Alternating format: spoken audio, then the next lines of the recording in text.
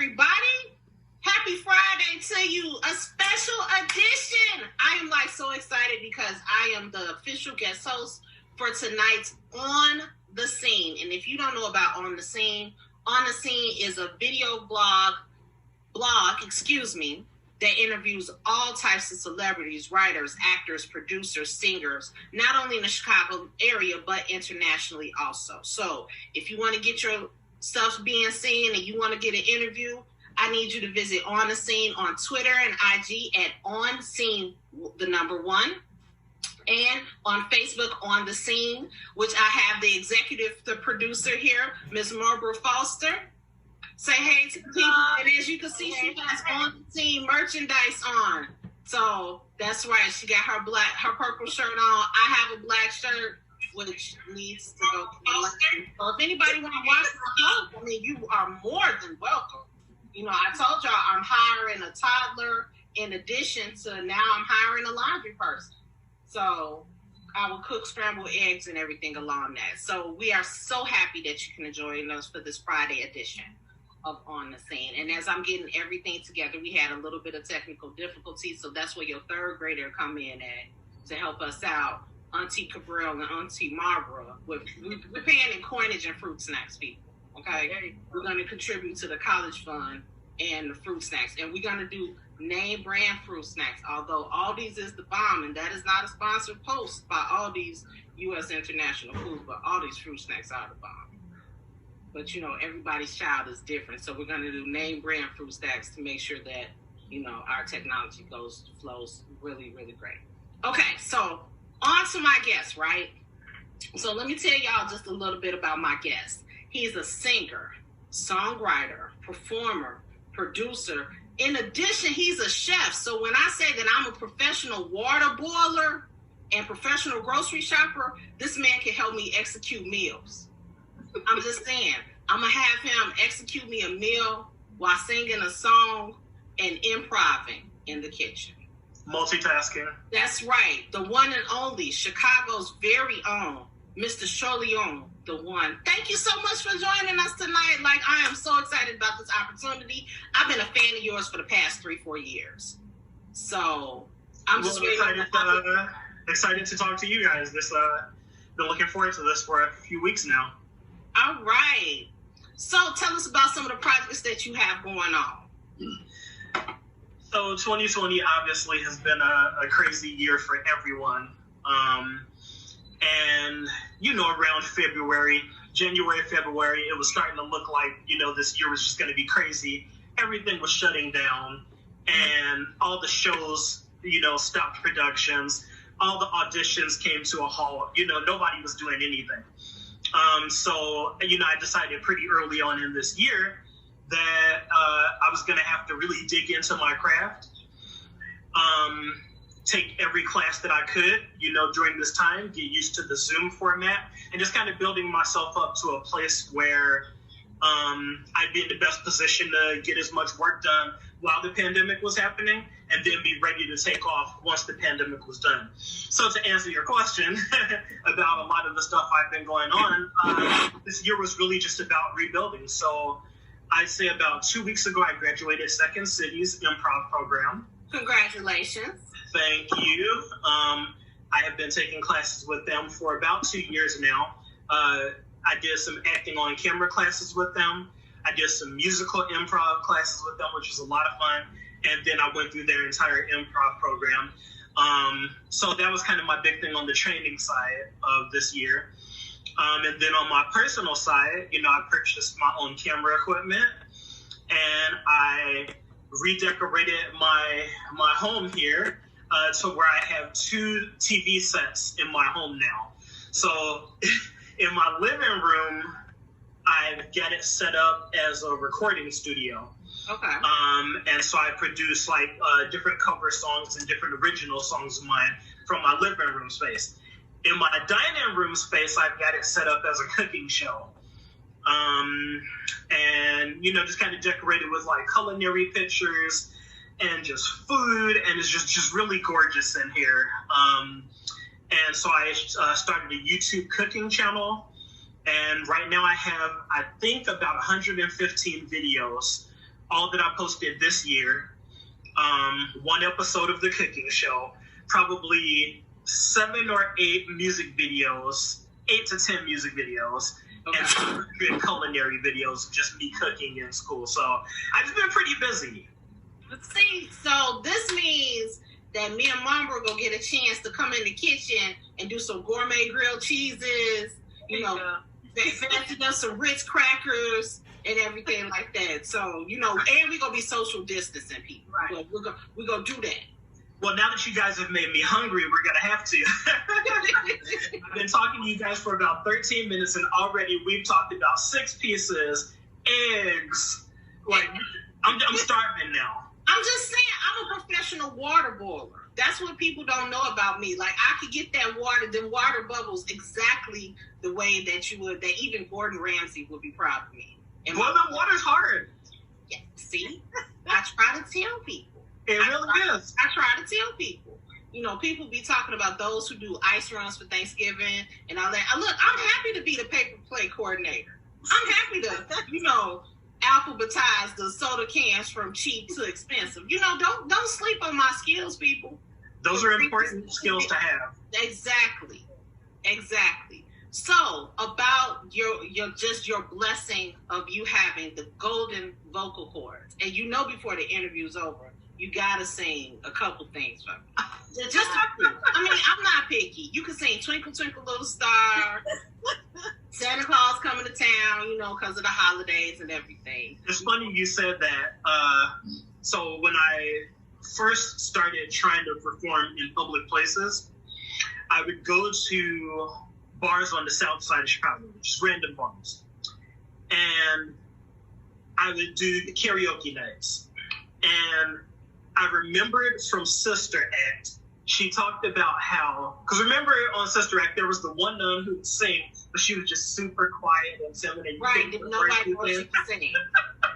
And so her advice to the girl was, you've got to picture that you're in a crowded bar, and you got to sing over everybody. There's somebody screaming in the back. There's somebody fighting in the corner. People are playing darts and pool tables. People are getting drunk. And you got to be able to carry over all these people, right? So I took Sister Act advice, and I would go to bars on the south side of Chicago, and I would start out by singing nursery rhymes on the microphone, right? So picture the scene, right? It's a crowded bar. Everybody's noisy. Nobody's paying attention to anything. I get on the microphone, twinkle, twinkle, little star. And out of nowhere, everybody would turn around and just be like, they start laughing and they loved it. Then I'd say, hit the music. I would shut the house down. And that was kind of my thing for years. Oh my God. So what's one of your favorite karaoke songs to perform? Oh man, good question. I love all styles of music. So my go-tos, I like Everything I Do It For You by Bryan Adams. Okay. That's one of my favorites of all time. Good Lord. Anything Neo is always awesome. Anything Usher is always awesome. I do a lot of country, a lot of rock and roll. I've done Journey. I love everything. Also, is it Journey? Journey, Steve Perry Journey?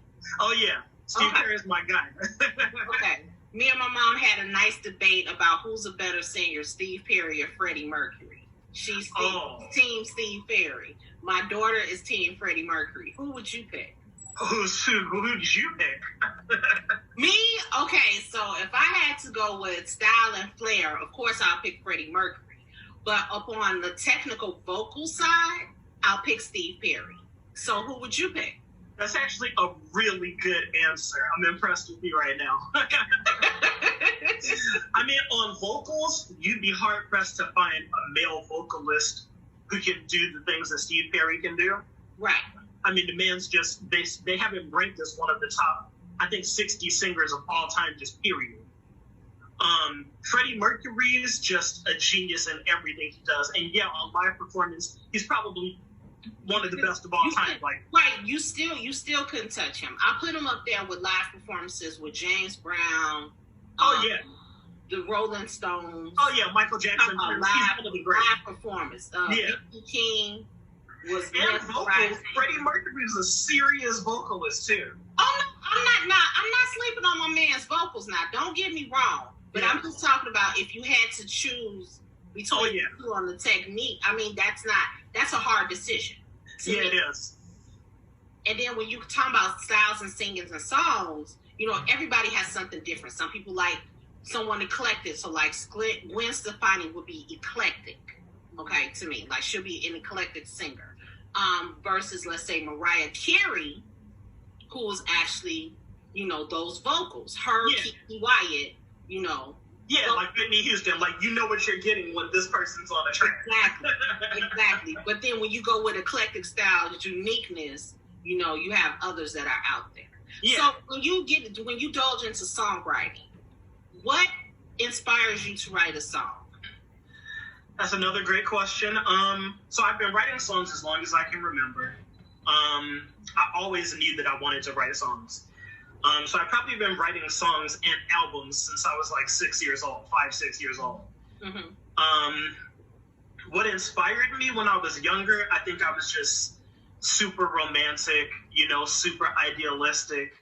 And, you know, I was that guy who would just, you know, be walking down the street and see anything and just pull out a piece of paper and a pen and just start jotting down the song at the drop of a hat.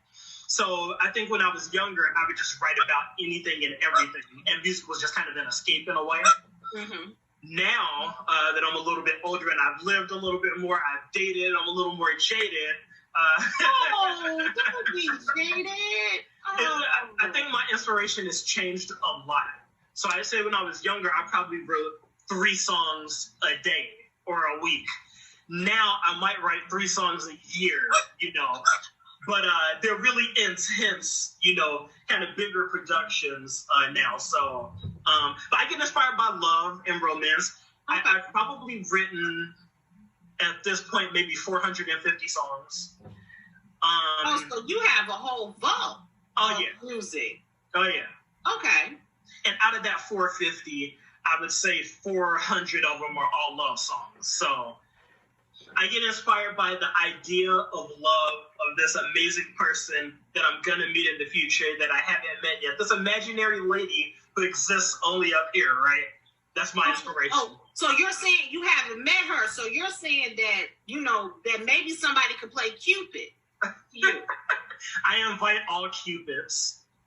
You hear that, Margaret? You hear that? I could play Cupid. He's allowing me. You have my blessing. Oh. Y'all heard it here first. He said I could play Cupid for him. So all ladies are okay. So what's the age range? Grown. He said grown people. Grown. So all of those who are grown with the majority of your teeth, sane. And some version of sane, you know. Right. Sanity, employment, hygiene, you know, great hygiene, always a plus, you know, hit us up. We here for you. Just remember that if something comes out of this, I'm your wedding host. Deal. I'll hold you to that. Oh, I'm here for it. And we'll have to film a special wedding episode of this and go live. And then Margaret's gonna executive produce it. So we are all here. We are all in this together. I'm on board. And speaking on love, you know, things that's happening with the pandemic, you know, everybody's adjusting to their new normal. And I know that you said with the plethora of things that you're doing now, especially switching it up, how did it go from you, like, doing everything, let's say, in person with you graduating from Second City, you know, in-person auditions and everything? Was it a hard transition for you now to do maybe, let's say, 70, 80% virtual of things that you need to do? So when things first got started, I was probably like most people where you knew of Zoom, you knew of Facebook and Instagram Live, but you weren't like living on there. I'm probably most people, you know. So when the pandemic got started, I started going live a lot more, like most people did, on Facebook, on Instagram, Snapchat, stuff like that. And I started doing Zoom calls, got used to that. Once Second City transitioned to like 100%, you know, virtual, I started doing it every week. And then I just got better and better at it, probably like most people did. And the auditions started, they first paused for a long time. Then they started coming in virtual. Then I started taking classes and workshops, which I encourage a lot of people to do. Some things that were even offered free, and I'm sure there still are, where people can go on free and you learn how to audition more effectively via Zoom, via, Cisco and stuff like that, WebEx, whatever. Now, to answer your question, I probably do it with my eyes closed because I probably do it 3 times a day. And I think I'm even more comfortable now. And like I told you, I started buying my own camera equipment and whatnot. Right. And now I'm so used to the at-home process that it still probably takes, a good portion of a day. But it's not like where, before the pandemic, it could have taken me a week to do something. Now I get an audition that morning, wrap it up in the afternoon, edit it, and it's off by 3 p.m., Right. See, that's where the 3rd grader will come in. So like I said, Uncle Charleone, Aunt Barbara, Auntie Cabryl, we're hiring someone's 3rd grader, fruit, snacks, and coinage people. See, they can help us out with this technology. You could have did it at 10. The 3rd grader got it sent off at 10:20 with edits, filters, all of that. I'm okay with starting a kiddie sweatshop. I mean, to move things forward. No. It's not a kiddie sweatshop. It's an enhancement of invested in our future for children and technology. I like the way you reworded that. That's really good. Exactly. You should do like public relations or something. You're good. If you can turn sweatshop into like enhanced. That's right. I mean, we're here for the children. We're here for the virtualness. They are our future. Now I'm gonna have to put you to work as like my agent or something. I told you, look, wedding hoes. Look, I'm here for it. I'm here for it all. So tell us about some of the best projects that you've been a part of. Music or acting? Either or. Because your resume is absolutely stellar. Well, it's getting there, but I'm still very much at the No. Ain't no you getting there. You are there. Right. The rest of the world just needs to find out. You already put it into the universe. So you are stellar. Well, so I'll give you music and acting. Okay. On the music side, wow. So back when all the TV shows, like the talent search shows, were super big, I auditioned for them all. I would travel the country. So American Idol, X Factor, America's Got Talent, Windy City Live did one called Search for a Star, like just all those shows. I auditioned for all of those. Made it through quite a few rounds on many of them. Got my golden ticket and went to Hollywood on X Factor on Fox with Simon. Okay. Made it through every preliminary round that they had, all the producer rounds, all the behind-the-scenes stuff. They take a break for a couple months, and then you have to wait for the final callback. I didn't get the final callback, and then Simon had a baby, his first child, a son. And so instead of filming in the U.S., he decided to go back home to London for a while, and just for the first couple of years of his son's life, film there, which is smart. So... But I got my golden ticket, right? So how many people can say they got their golden ticket and went to Hollywood? Now, do you have it in the frame or anything? Oh, yeah. You want to see it? Yeah, please. Give me 1 second. Okay, if you got it. Okay, so as y'all can see, both of them left just for a moment. But for everybody that's watching, thank you so much for joining. I am the official guest host for tonight's edition of On the Scene. And like I said before earlier, you need to follow them on Twitter and IG at ONSCEN as in Nancy E, the number 1, and on Facebook, which is On the Scene. All right. So I found it. Hopefully you guys can see it kind of good. Woo, baby. Must not lose this slip. See, that's what I'm talking about. Are the words showing the right way, or is it backwards? For me, yeah, no, it's showing the right way. It says the X Factor 2013. Please take this, make your way to the Yes Room, where you'll be given a time and date for your next audition. All right. Yeah, so, did my X Factor thing. The number 602. Oh, you got a whole damn everything. Yeah, so that was my first little baby, success with the music thing. Fast forward a few years after that, I got a chance to perform at the Aragon Ballroom, and myself and a friend of mine, a local rapper named King Shark, we opened up for Twista and Machine Gun Kelly. Wow. To a sold out crowd of thousands of people. It was insane. That's the thing about it. Like a lot of people might not understand the journey to greatness. Like so many steps that are involved in that. Right. Yeah, it was pretty wild. It was probably one of the best memories of my musical life. I had a lot of fun with that. I have right now. I think I have one album and 4 singles on iTunes, Apple Music, Spotify, iHeartRadio, just about anywhere you can find music. You should be able to find Charleone.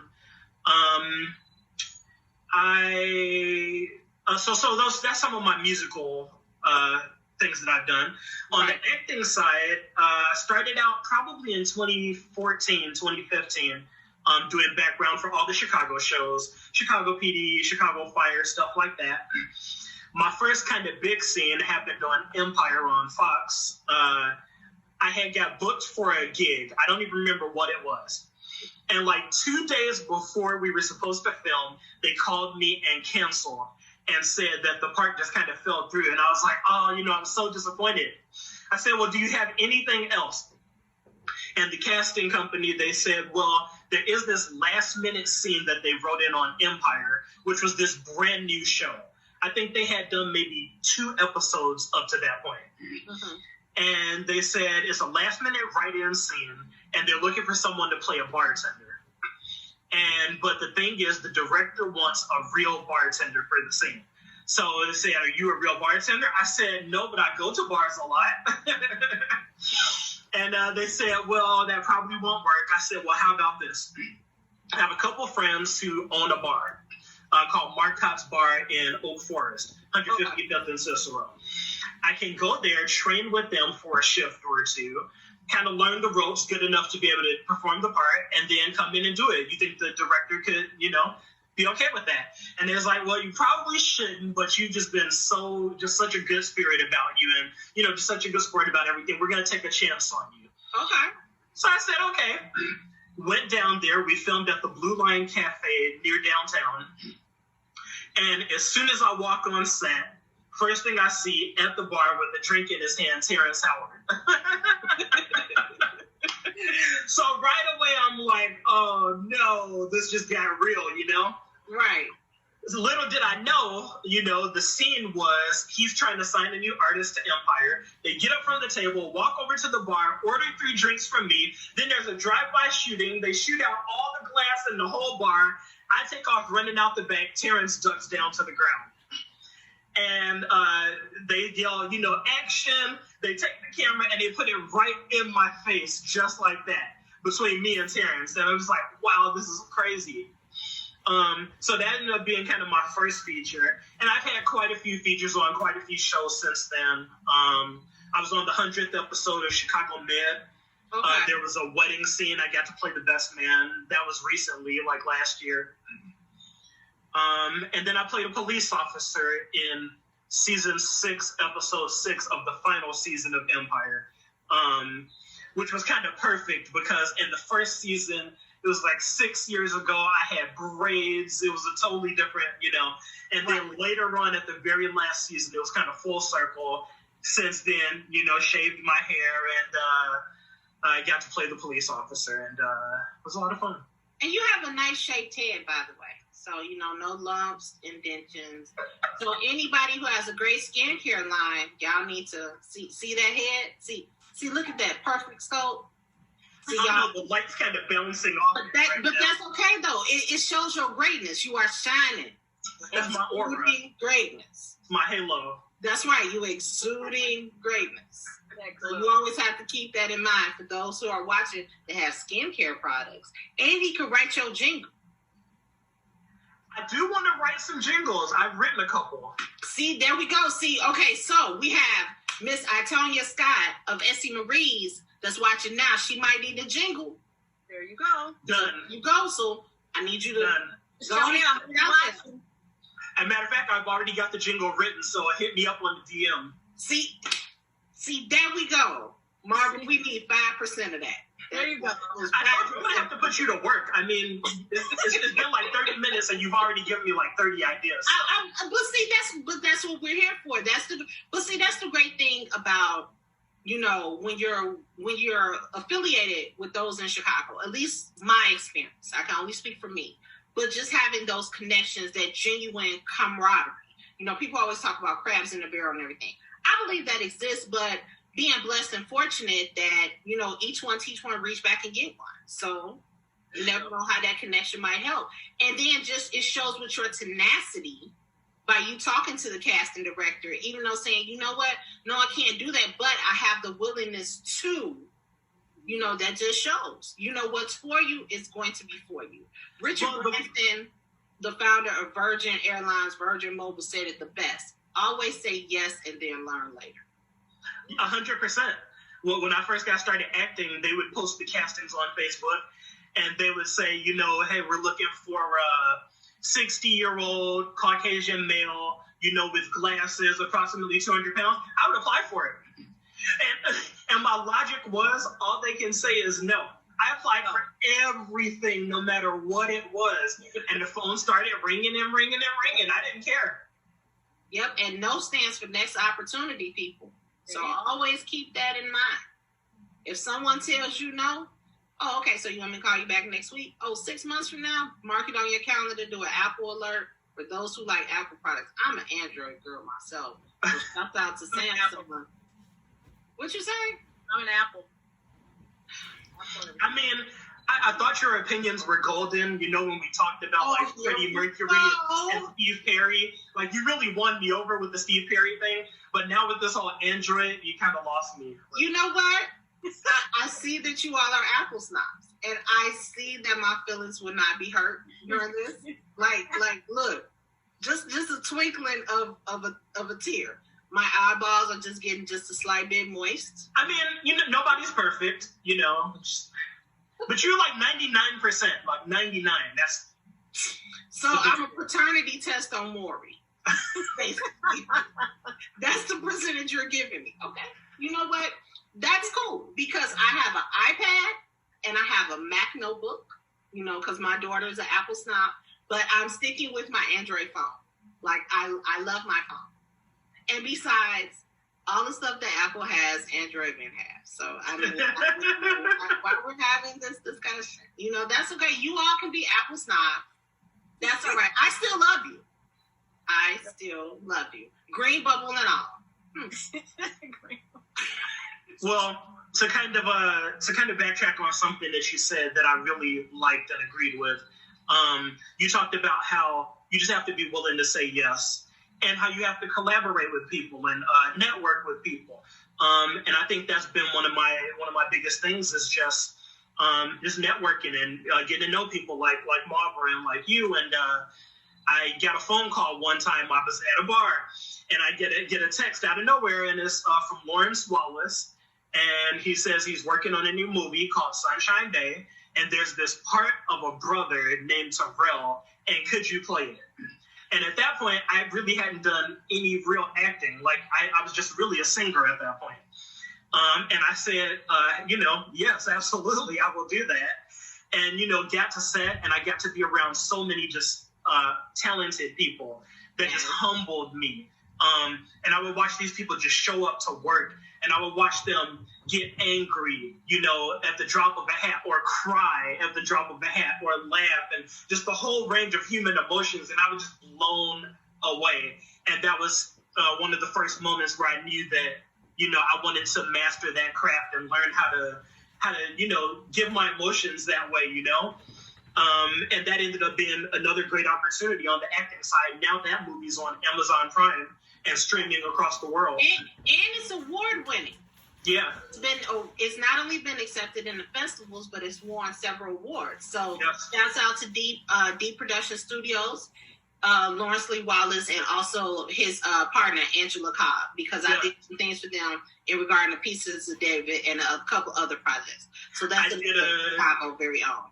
One of my songs is on the soundtrack of Pieces of David. See, there we go. That's where the Chicago connection comes in at.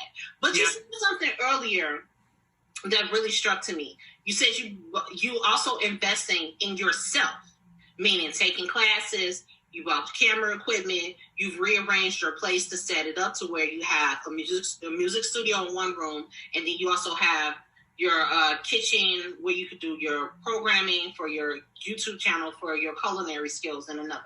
Could you please explain to those who might think that they could just walk on somewhere and be like, oh, I'm a natural and blah, blah, blah, blah, blah, and you know what, I am the next, yada, yada, yada. But could you explain to those, especially those that are watching, explain the importance of self-investing and also taking classes and everything to hone your craft accordingly? Wow. Well, you're preaching. You're preaching to me right now. That's the gospel. So I don't know, like for me personally, and I'm sure a lot of people feel this way, I always felt like I had something to give. And I think anybody that has a talent, a gift, a skill, something that they want to share, you feel like you've got something to give. Right. I've been writing songs my whole life, acting, only maybe 6 or so years.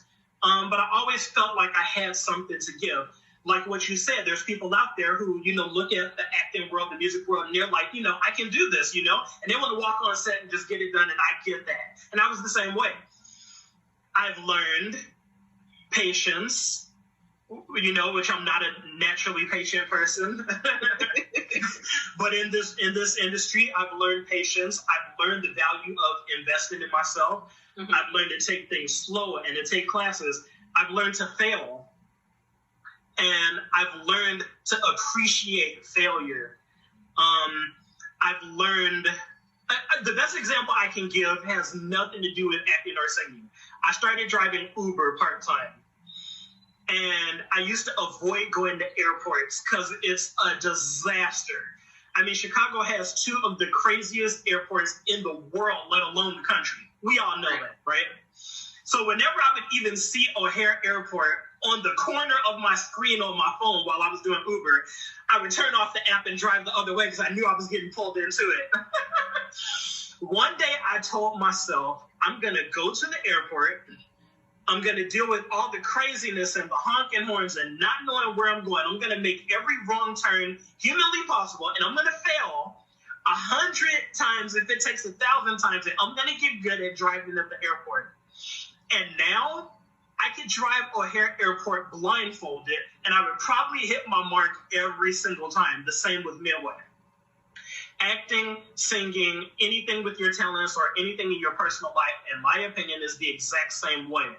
You have to make up your mind that you're going to fail, you're going to be embarrassed, you're going to fall on your face, you're going to have to stop, learn from it, break down, rebuild, put it back together, come back harder, stronger, faster.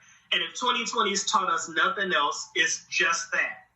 So while some people looked at 2020 like, oh, it's this major setback, it sucks, and we're all stuck at home, I looked at it like this is a great opportunity to build my craft and speed ahead. All right, so you know how to break it down, molecules, rebake. So it's basically like baking a cake. So that's basically what it is. You're getting all the ingredients together. You might be missing some sugar, so you're going to improvise with some honey. All right, you don't have eggs, you're going to use this. Okay, you can't use cow's milk, you're going to use almond milk. But you're going to improvise with what you have and then put it together and put that product out there. So 2 things. 1, you're hilarious. And also, you made me hungry again. See, I'm the result of good drug usage during pregnancy. My mom is going to be so pissed with me. You just managed to make me hungry again. That's all I know. But cooking is another great metaphor. You're not a chef, I always say, until you either cut yourself or burn yourself, or both. If you haven't done either one of those, you're not a chef. You know what? Professional water boiling has allowed me to be burned a couple of times. Oh. Any scars, though? You know what? I have that infamous black girl scar on my left knee. So, yes, I'm there. I told y'all I could get them bubbles just right. Gordon Ramsay would be proud. Everything after that, shouts out to my mom for cooking us for all these years. And keeping up my offspring's health and weight that I didn't have to answer no questions during doctor visits. Yeah. Yeah. So what are some of your specialties when it comes to cooking? So my favorites, no question, I love cheesecake. Well, the pandemic, that face means you want cheesecake, right? You know what? So while the pandemic happened, I took it as an opportunity to make cheesecakes. So every single week, I would make a different kind of cheesecake, like for months. I made tall cheesecakes and short cheesecakes and New York cheesecakes and no-bake cheesecakes and cheesecakes with Cool Whip and cheesecakes that took 30 minutes and cheesecakes that took 2 days to make. So, you're saying, when am I coming to pick up a product samples again? I knew that was coming. I did. I mean, I'm here for it. You can slingshot it to me. I let down the passenger window and you could just throw the bag in. Frisbee it. That's probably social distancing at its finest. I love making cheesecake. What did you say, Margaret? We just gonna do curbside pickup, that's all. Bingo, there we go. You guys can come through the studio anytime you want. And hold on, and I do product reviews now. So, I mean, well, we can turn the tables, and I can have you two on my cooking show and interview you guys while you eat food, which is the whole thing behind my cooking show. Okay. You know, my fat cells just agreed to that interview. They really did. But I like cheesecake. I like to make like gourmet macaroni and cheese. It's just like, that's my thing. That's my jam. Okay, hold on. Wait. You said gourmet macaroni and cheese. Settle this debate, okay? Me, as a professional water boiler, don't know too much about it, but I've seen this floating around on Facebook.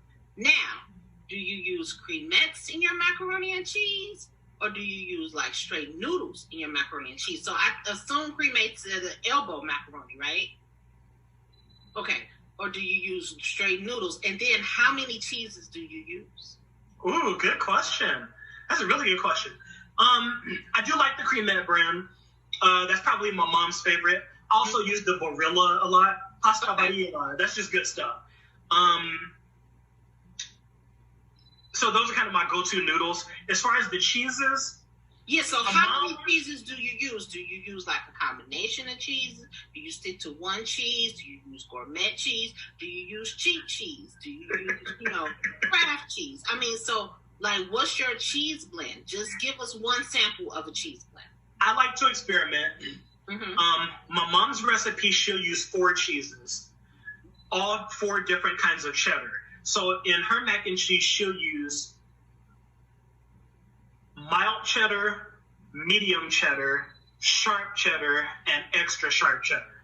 Okay. And that's kind of her go-to mix. I've done that quite a bit. Probably medium's my favorite. I also have a version that I came up with where it's a white cheddar, bacon, jalapeno macaroni cheese. Okay. That's good stuff. It's a pain in the butt to make. Sounds delicious. It's pretty wild. Margaret, I'm hungry. You're gonna have to eat after this. You gotta get me started. Nothing about this interview that we were gonna be, slightly famished, and all I have is cereal and almond milk. And cereal and almond milk is good stuff. Yeah. Not as good as bacon, cheddar, jalapeno mac and cheese. Doesn't that sound good? With some gourmet cheesecake. Oh, and some chicken breasts. Oh, it's over. It's over. See, now in my macaroni, I use 3 different cheeses. What cheeses you use? I use Kobe Jack, sharp cheddar, and mild cheddar. Okay. Oh, and one more. I'm sorry, it's 4. Monterey Jack. Okay, now see, with my mom, it all depends on what's available. Like, she can use all types of cheeses. I think one year she even used brie. My sister had a brie brick at the crib, and she used brie cheese. So, but that was a running debate on, like, what cheese do you use in your macaroni, and then do you use cremettes, which is was to my understanding, which was the elbow macaroni, or do you use the straight little like craft macaroni that you will find in the box. I mean, I'm all for experimenting personally, so there's really no wrong you can do. I've heard of everything. I knew this one girl who said her mom used to put black pepper, white pepper, cayenne pepper, cream cheese, and sour cream in her macaroni and cheese. So, like, I've heard it all, you know? I do use the white pepper and the black pepper. Now, see, this is something that I've learned tonight. People always be open to learn because I never knew there was a such thing as white pepper. I didn't either until I made it. I actually found it on Facebook. Sweet Pies. It's good stuff. It's good stuff. Pies, break macaroni and cheese that I found on Facebook. It is so good. Now, see, I didn't know anything about that. I just always thought pepper was black. You know, shouts out, power to the people season. That's what I thought. But apparently, we have white pepper. So a pepper is equal opportunity, I guess. Gotta experiment. All right, so did you continue your bar crafting skills? Is there a specialty drink that you can mix too? I can mix every drink. I can also drink every drink. But lately I've been dieting. I made a point to, you know, kind of like a lot of people did, try to diet during the pandemic, especially being stuck at home, to get out and at least walk or something. Now I've been back in the gym, so I really don't get to drink. Like, I haven't really had a drink in like 2 months. And I'm like climbing the walls now, you know? Well, that's good. I'm sitting up here drinking some ginger water. Nice. Because so I drink almost a gallon a day. Nice. With water and everything. So my water intake has always been there. I try to do about a gallon too. Yeah. So, Margaret, how much water you drink? Because I know now this one right here. Every time I see her, she got some water. Is that her secret? Yeah, then in her car, she has the water bottles and everything. So, y'all, I already know with her. I wasn't always like that, but I had to give up my Pepsi. Unfortunately, I do have it once in a blue moon, but yeah, really, my water. See, right now I'm drinking this sparkling ice classic lemonade. I like these, or just plain ice mountain water. Okay. Yeah. Now the dollar store has a crystal glacier water, $1 for a gallon. That's pretty good. Okay. That's pretty good. Now, are you a bottled water snob? Like, not really. Okay. You are? Yeah. Okay. So do you think I like Dasani. Okay. So for those who are watching, now y'all bottled water snobs, I like Dasani. Some people say they don't like Dasani. Dasani's good. It can be a little, you know, it can be a little more intense than some waters sometimes. What you mean intense with some waters? Sometimes the way they purify it can be a little extreme sometimes. I mean, I don't know. I've tasted it to where it was like I was drinking peroxide one time. I'm like, what? I'm offended as someone who likes Dasani. I'm actually offended. But I do like bottled water, but I can also go tap, and it's no big deal. But they got some good waters out there, you know? Right. I know people who are water snobs. Now, do you know what I tried for the first time and actually liked? I went to a vegan event with rock star Nikki Lynette. And if y'all don't know who Nikki Lynette is, she's an absolutely awesome person. She has a play that's coming out, talking about Get Out Alive, that, Margaret, you need to interview her. I'll hook it up. But there was something called box water. Oh, yeah, I've had that. I really was. I was impressed. Like, it put something different to it. Water out of a box. I don't know if I was more impressed that I was drinking water out of a box or the fact that someone came up with the idea to put water in the box and it made millions. And I'm like, once again, it's hilarious. Right. Ideas have slipped my mind. Even the box was funny. They were like, water from a box. That was the whole advertisement. Something like box water in standard font or something. Yeah. And it's like $2 for like this little bitty 8-ounce box thing. It's ridiculous. It really is. I'm wondering, is it from the tears of unicorns and reverse osmosis from the Lord's angels himself? I mean, these are things to think about. You have a vivid imagination. I like that. I do. Like I said, I am the result of good drug usage during pregnancy. Fair enough. Look, good weed. You know what? I'm gonna stop because somebody gonna show my mama this, and she gonna call you as soon as it's done. Your phone call. So you know what? she is gonna be so mad because I always say that I'm the result of an Earth, Wind, and Fire concert and some good weed in the fall of '76. And she told me, stop telling people that they gonna believe you. Yet she didn't deny it. See, that's the only thing she said is stop telling people that they're going to believe you. She didn't say that no, that didn't happen, or no, I didn't smoke while I was pregnant with you. Of course, Earth, Wind, and Fire is serious business. Huh? Earth, Wind, and Fire is serious business. You know what? Look, exactly. So something you can remember come September, and then next thing you know, July came, and here I am. So, I mean. Okay, so who you got? A vocal battle. Okay. Steve Perry versus Bailey from Earth, Wind, and Fire. Versus Philip Bailey? Are you serious? Wow. And I'm talking about at the height of their powers. You know, when they're both like 25. So we're talking about at the height of September and that album versus the height of Journey with Don't Stop Believing, Open Arms, and everything. Okay.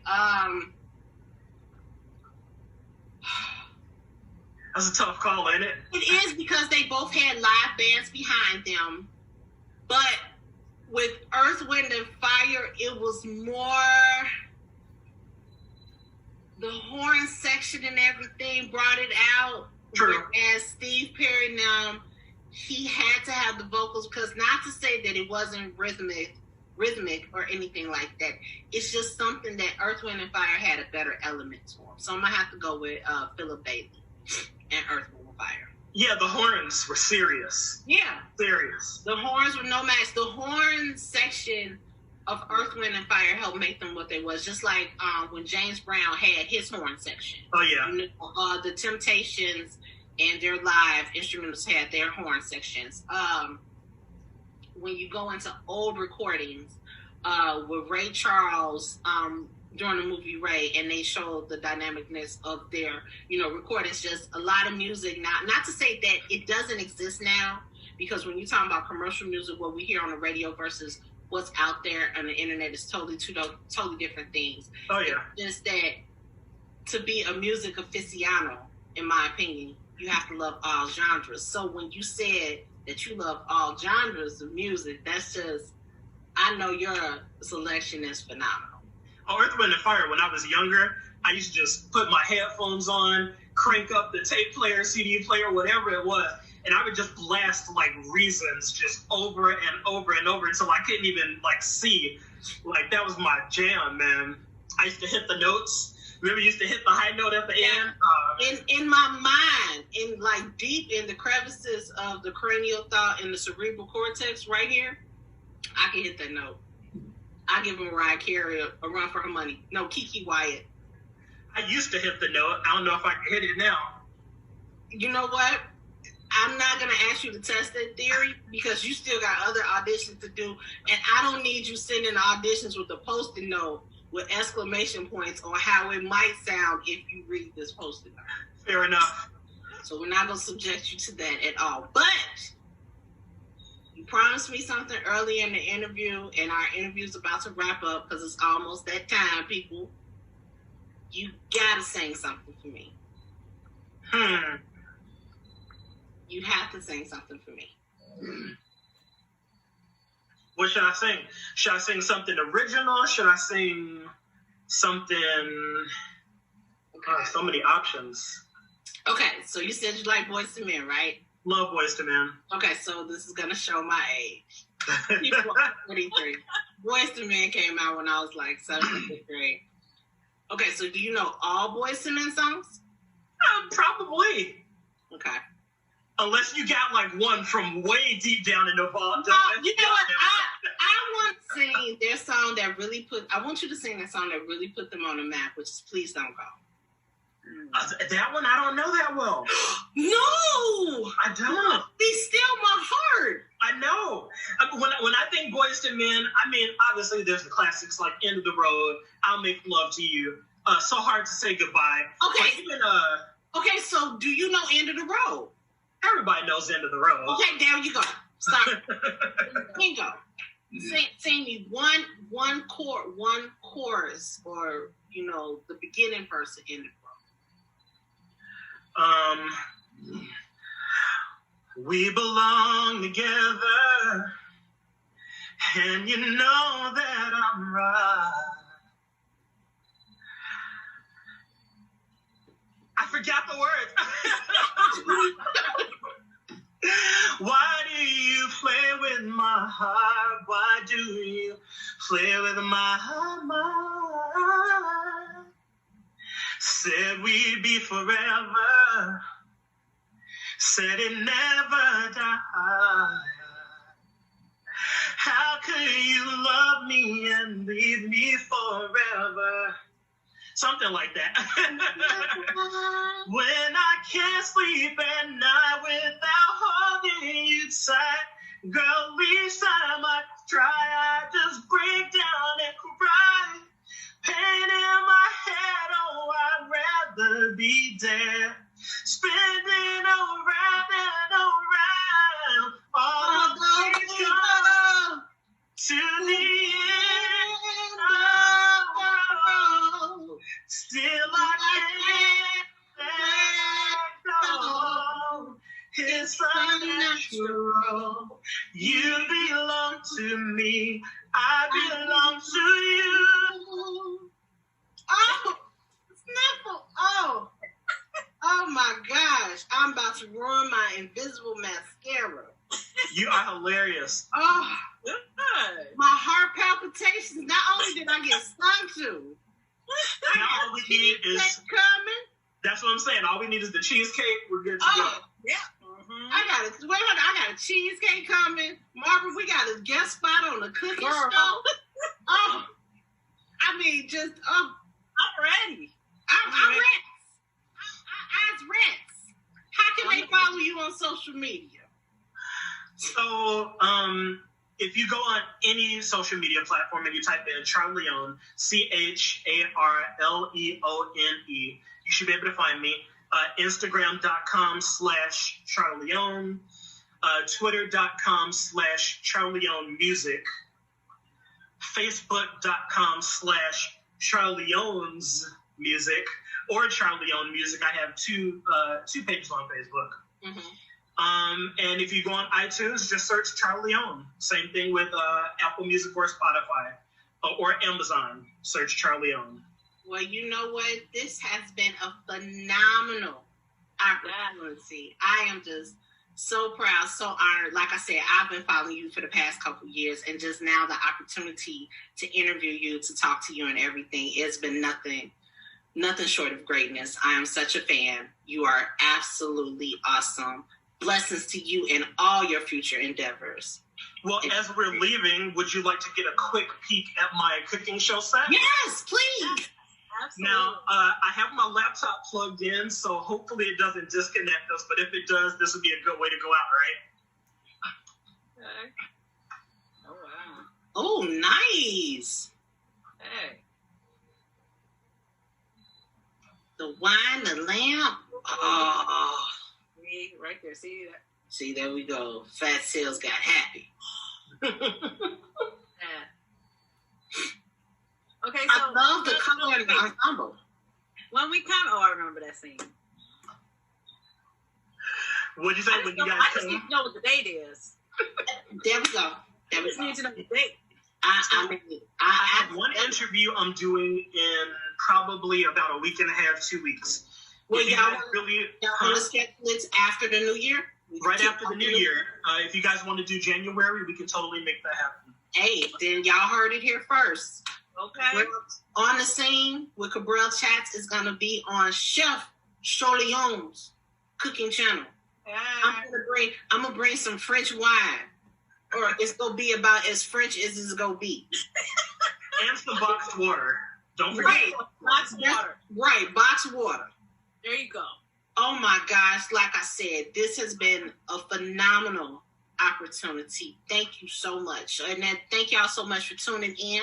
As y'all can see, I was the official guest host for tonight's On the Scene edition. And you need to follow them on Facebook, which is On the Scene, Twitter and Instagram, On the Scene 1. On Scene. On Scene. I'm sorry. On Scene 1. ONSCENE 1. That on Instagram.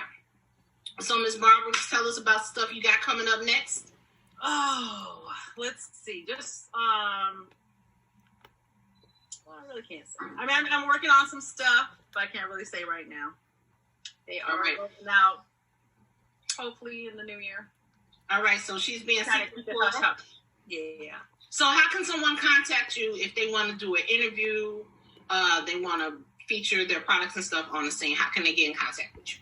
They can email me at weonthescene1@gmail.com. You can inbox me through our Facebook page or inbox me directly. Those are probably the best ways to get me. All right. So as y'all seen, chef, actor, singer, and as y'all heard, I got serenaded too. Okay. He's done that to me. Me and my little 20-year-old self reminiscing. Although we've come to the end of this interview, I will never, ever forget you. I want my cheesecake. I can't wait. To the next show. I like the remix. I like it. Yeah, love it. That was the pandemic edition. That was beautiful. It moved me. It moved me. It moved me too not to sing ever again in life. So, therefore, Charleone, I want to thank you for being our guest tonight and gracing our On the Scene platform. Thank you for having me. Thank you for being our special guest host tonight. Thank you so much. I appreciate the opportunity. I mean, just the opportunity for this. You do awesome work. So thank you. You are my sister in media. I really appreciate it. Once again, everybody that was watching, thank you so much for tuning in to the special edition of On the Scene. And you need to check out On the Scene on Fridays at 7 p.m. on their Facebook page, which every video goes live on Fridays. We're still hiring someone's third grader, fruit snacks and coinage. Keep that in mind, okay? Somebody's baby is looking for a job. We're hiring fruit snacks, name brand fruit snacks, okay? Keep that in mind. Put them to work. Exactly. Right. Investment into the future for technology. That's right. That's what we're doing for our babies. Okay? All right. This is Cabryl Breotti, special guest host for tonight's edition On the Scene. My special guest, Mr. Chef Charleone, with the executive producer of On the Scene, Ms. Barbara Foster. As we want to tell you all, everybody have a happy Friday. Have a great weekend. Happy holidays to you and yours. And blessings until we see you all next week. Bye. Bye.